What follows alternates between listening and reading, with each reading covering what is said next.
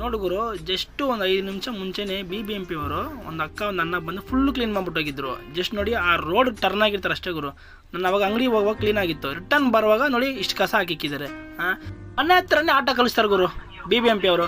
ಇವ್ರಿಗೆ ಅಲ್ಲಿ ಆಚೆ ಬಂದು ಹಾಕಕ್ಕೆ ತಿಕ್ಕಾನೋಗಿ ಇವ್ರಿಗೆ. ಆರಾಮ್ ನಿದ್ದೆ ಮಾಡಬೇಕು, ನಿದ್ದೆ ಬಂದ ತಕ್ಷಣ ಕಲ್ಮಿಂಟ್ರ ಥರ ಬಂದು ಹಾಕ್ಬಿಟ್ಟು ಹೋಗೋದು. ಬೆಳಗ್ಗೆ 5 ಗಂಟೆ ವಾಕಿಂಗ್ ಅಂತ ಬರೋದು, ಇಲ್ಲ ನೈಟ್ 12 ಗಂಟೆ ದವ ಥರ ಬಂದು ಹಾಕ್ಬಿಟ್ಟು ಹೋಗೋದು ಗುರು. ನೋಡಿ ಈ ಟೈಮಲ್ಲೇ ಬಂದು ಹಾಕ್ಬಿಟ್ಟೋಗಿದ್ದಾರೆ ಈ ಕಲ್ಮಿಂಟ್ರ್ ನನ್ನ ಮಕ್ಕಳು.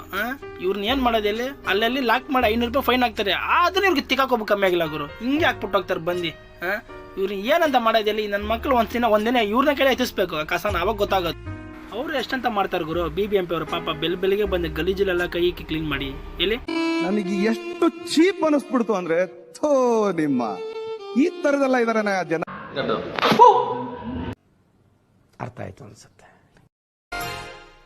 ಬನ್ನಿ ಬನ್ನಿ ಎಲ್ಲರೂ ಬನ್ನಿ.